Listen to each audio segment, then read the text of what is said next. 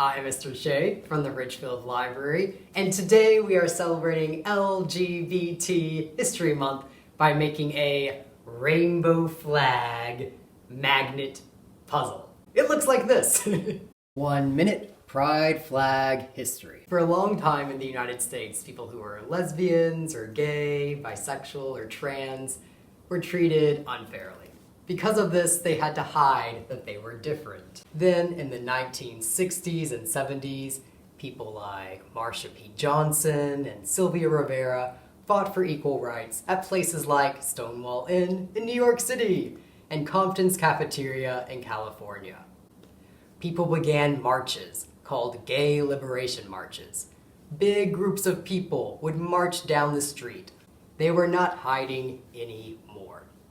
An artist named Gilbert Baker designed the pride flag for people to use in these marches and in other protests. Today, gay liberation marches have become pride parades, and pride flags are waved all over the world. Craft supplies! Alright, so in your bag from the library, you should receive a magnet square and pieces of colorful paper. So to do this craft at home, you should go grab a pair of scissors, something to draw with, and then if you want, depending on what you want to do with your flag, some pieces of scrap paper to draw on.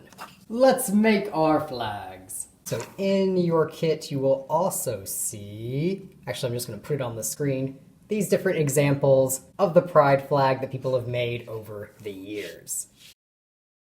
So after looking at different examples, you can think about what you want your flag to look like. You can draw your design on a piece of paper, or you can just sort of plan it out in your head. I think I'm going to do a variation on the classic pride flag, and I'm going to make mine a pride reading flag.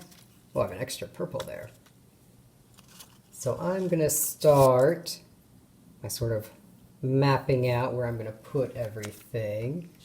Fast forward, super fast, going so fast, fast. I'm going to put a book maybe in the center of my flag. So I'm going to color my book in green. This is going to be a green book for my flag. It's going to be an open book.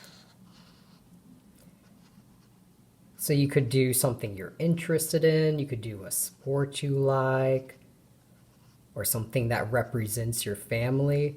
Because something that a lot of pride flags do is they use symbols. So like the peace symbol, I think was one we saw, and you might do different symbols represented by different colors. So I could do green to represent nature. Ooh, I think I'm going to add that in. So my flag is going to be the nature reading pride flag. There we go. Now I'm going to probably fast forward this bit too. I'm going to cut out my book. Fast cutting, fast forward through the cut. So now, I'm going to see, where should I put my book? I'm going to put it right there. Alright, so I have my plan. It's time for the great moment. The moment of truth. It's so satisfying. So peel away the sticker. And now let's actually I'm going to put my book down first. Put down my book. Yes! Oh, my fantastic book. And then, so in the traditional pride flag, or I guess the most common pride flag, red goes at the top. So let's take red, then orange. So let's put orange down there. Then yellow. There you go, yellow. Green. Oh no, my green. Ugh. This is the danger. Oh, my hands are sticking. Is that once the paper goes down, it really does not like coming up. That's why I sort of laid it out ahead of time, so that I wouldn't have to rearrange it once it got down. All right, and then we're going to do blue. And last but not least is purple.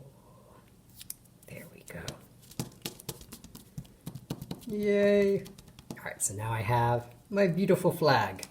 The next step is to cut around the edges. Fast forward again to cut out my flag. Fast, fast, fast. Beautiful flag. So now we have our flag. What we need to do next is turn our flag into a puzzle.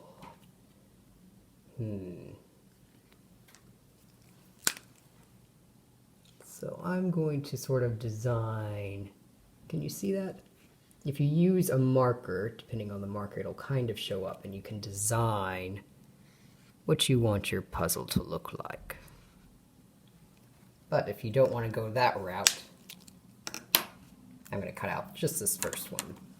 And I'll show you the other method, which is the wild and free method. There we go. So I'm cutting along my lines. First puzzle piece.